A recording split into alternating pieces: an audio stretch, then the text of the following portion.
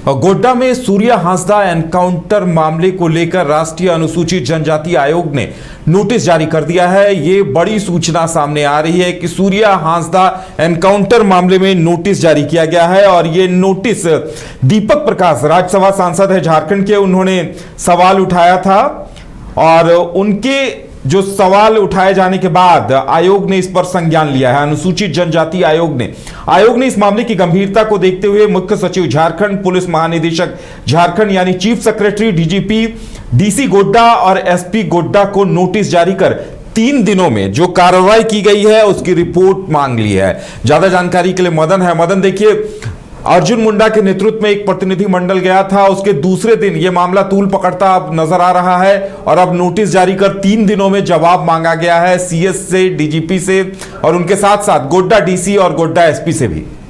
बिल्कुल, देखिए, ये मामला जो है तुल पकड़ता हुआ नजर आ रहा है। कल ही आपने देखा कि 7 सदस्यीय बीजेपी की टीम जो है वहाँ से परिजनों से मिलकर पूरी रिपोर्ट लेकर आई है और वो अब पार्टी को सौंपेगी। इससे पहले भी आपने देखा कि बाबूलाल मरांडी ने भी सीआईडी जांच को खारिज करते हुए सीबीआई जांच की मांग की। जयराम महतो खुद वहाँ पहुँचे थे, उन्होंने भी सीबीआई जाँच की मांग की।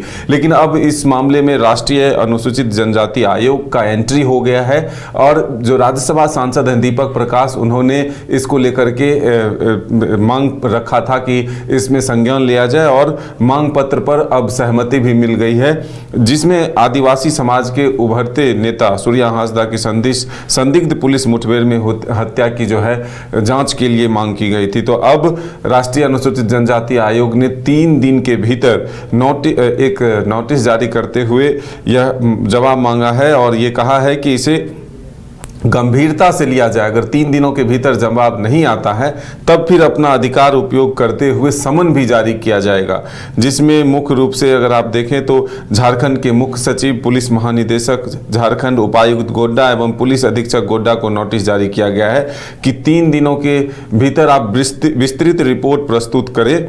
साथ ही आयोग ने यह भी स्पष्ट किया कि यदि निर्धारित समय में जवाब नहीं मिलते हैं तो फिर अनुच्छेद जो संविधान के अनुच्छेद 338 के अंतर्गत प्राप्त शक्तियों का उपयोग करते हुए समन भी जारी किया जाएगा। दीपक प्रकाश ने कहा है कि हांसदा की हत्या आदिवासी समाज के सम्मान और न्याय से जुड़ा हुआ मुद्दा है। आयोग का संज्ञान लेना इस दिशा में न्याय की एक महत्वपूर्ण पहल है, जिसका हम स्वागत करते हैं। दोषियों पर कड़ी कार्रवाई होना आवश्यक है ताकि भविष्य में ऐसी घटनाएं दोहराई न जा सके। तो ये बिल्कुल सवाल है और जिस तरह से कल वहां अर्जुन मुंडा जी भी पहुंचे थे, उन्होंने स्पष्ट तौर पर कहा है कि परिजनों ने ये बताया कि पुलिस पर गोली के निशान भी नहीं है, तो दोबारा पोस्टमार्टम की भी मांग की गई है। अब देखना होगा कि आखिर प्रशासन जो है, जिला प्रशासन क्या फैसला लेती है।